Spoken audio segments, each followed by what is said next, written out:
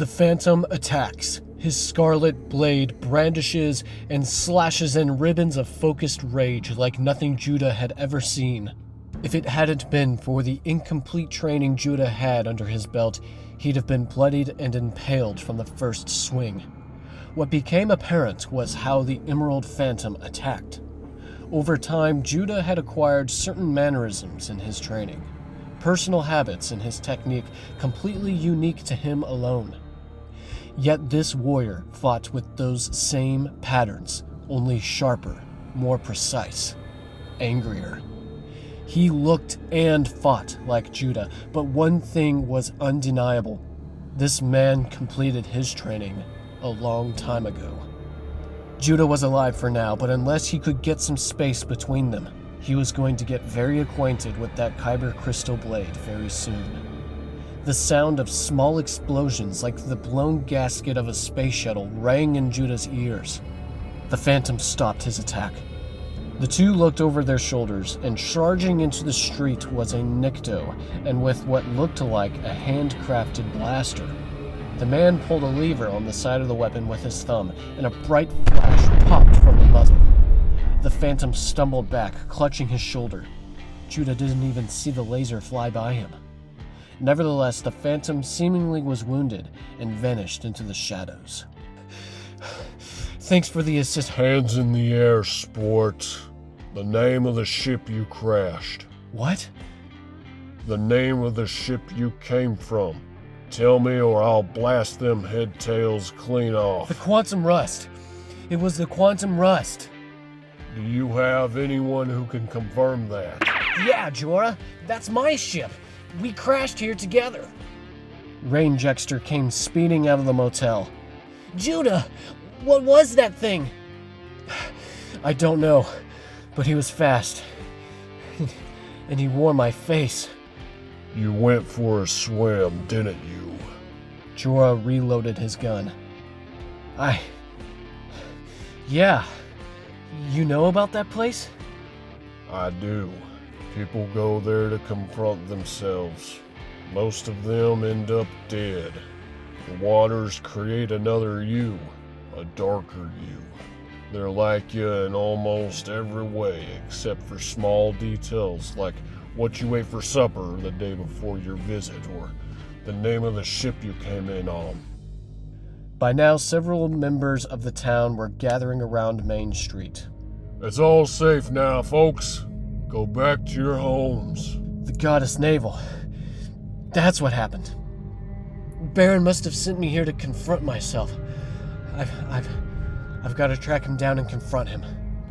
You ain't going out there in the dark of the night. That's his territory now. Wait till morning. We'll form a posse and leave at first light. Sheriff? Arden called out. I'd like my name on that posse if you'll have me. I'll take it. I'll signal the Bloodhound to join us. We'll need his tracking skills. I appreciate the assist, but this is my fight, Sheriff. Actually, son, it's you who's gonna assist me. See, this happened in my town, which makes it my problem. We're all going, and when we find him, then you can have it your way. But if you fail, he'll have to deal with my 8 little friends and the rest of my posse.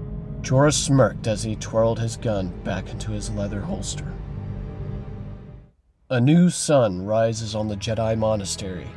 It's the dawn of something new, and Barin stands at the helm, ushering forth its philosophies. Today, my Jedi, Barin stood like an iron pillar. today we begin again. The Jedi clap and cheer. Let us reason. Let us gather. Let us be one, unified shield against the darkness. Ignite your sabers and pledge yourselves to peace and justice for the galaxy. The Jedi take up their sabers, and in a state of worship, they ignite their blades to the sky. It was an ode of prosperity, an orchestra of honor and glory to ones who wield the Force and serve the light. Then in a breath, the colors of the lightsabers faded and grew ever dimly. What once was blue as the waters of Scarif was now as tan as the Tatooine deserts. What once was green as pastures of Naboo, purple as the bioluminescent mushrooms of Felucia, yellow as the void sky, was suddenly withered into a quaint tan hue. The light in the eyes of the apprentices went out, and for some, tears welled in their eyes. The older knights and masters were perplexed and amazed, but all less joyful. Dato wiped a tear from her face and shut off her lightsaber. She didn't want to look at it anymore. What happened? She cried out. Did you do this, Master Kurota? Barin's eyes hovered to Dato. Aye, indeed I did, young knight. And are we not more unified? Are we not detached from the material things of the physical realm even more so today?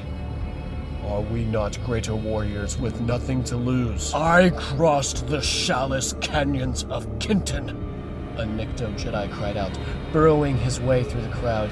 In his hand was the kyber crystal of his saber. I leaped across stone paths between oceans of molten lava to delve into the depths of the Hargatros volcano. I forged my kyber in the fires of my Morgakai ancestors. The yellow of my blade was the outcry of my wife and children brutally murdered by the terrors of the Foulgly Empire. What say you to this injustice that I be rid of the color of my heart? Far be it from me, Master Glindock, Barin growled. that I commit any injustice that would harm the greater galaxy.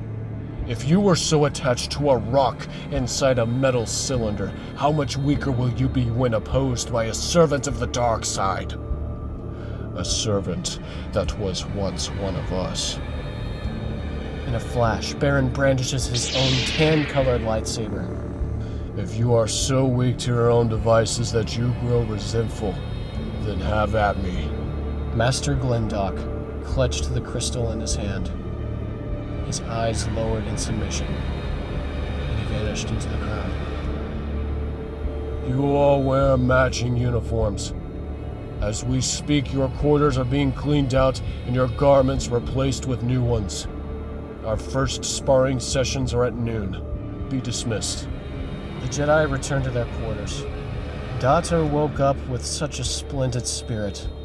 She returns now, with a hardened heart. Master Sedana approaches Barin in his quarters. You come bearing more complaints? I've experienced much change in my life. The color of my lightsaber is one I can tolerate. Most of them, not so much. Perhaps if you have more invasive changes in mind, avoid surprises. This is a fragile time. Barin smirks. It was the only acknowledgement Sedana received. Barin opened a small wooden box under his bed and retrieved from it a blue kyber crystal. He opened his lightsaber, popped out the discolored crystal, and replaced it with the blue one. Prep the dojo for me, Grandmaster. You have a lot of training to do. Sedana's lips pressed tightly together. For a moment he could feel his heart rate quicken, but he calmed himself. Not here, he thought. Not now. Of course, Grand Master Kurota. Sedana left the room. Barin activated his saber, staring intently into the bright blue beam.